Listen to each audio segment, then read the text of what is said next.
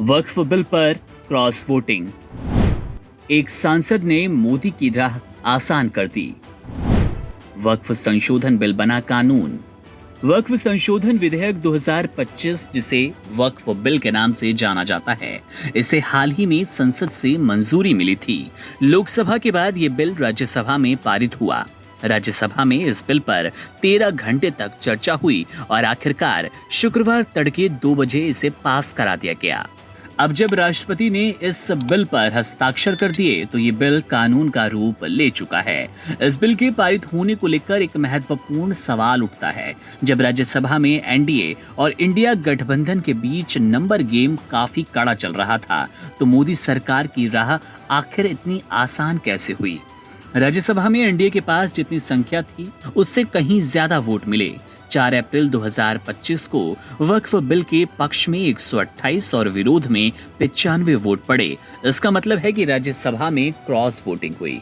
राज्यसभा की प्रभावी संख्या 236 है और बहुमत के लिए आंकड़ा 119 वोट का होना चाहिए। एनडीए के पास अपनी ताकत 125 की थी, जिसमें बीजेपी के 98, जेडीयू के 4, एनसीपी के, अजीत पवार के 3, टीडीपी के 2 और अन्य सहयोगी दल शामिल थे। इसके अलावा 6 नामित सांसदों का समर्थन भी एनडीए के पक्ष में था। विपक्ष यानी कि इंडिया गठबंधन के पास 95 वोट थे, लेकिन बीजेडी, जिनके पास 7 वोट थे, और वाईएसआरसीपी 9 वोट वाले गैर एनडीए दलों के कुछ सांसदों ने पार्टी लाइन से हटकर वोट किया। अनुमान के मुताबिक बीजेडी के 4-5 और वाईएसआरसीपी के 3 से 4 सांसदों ने सरकार के पक्ष में वोट किया।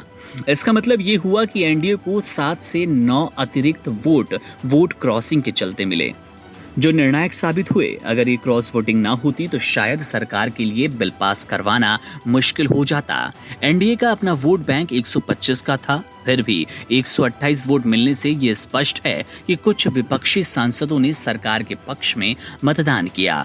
क्रॉस वोटिंग के बारे में सटीक जानकारी प्राप्त करना मुश्किल है, लेकिन ये निश्चित है कि बीजेडी और वाईएसआरसीपी के सांसदों ने इस बिल के पक्ष में माहौल बनाने की भूमिका निभाई।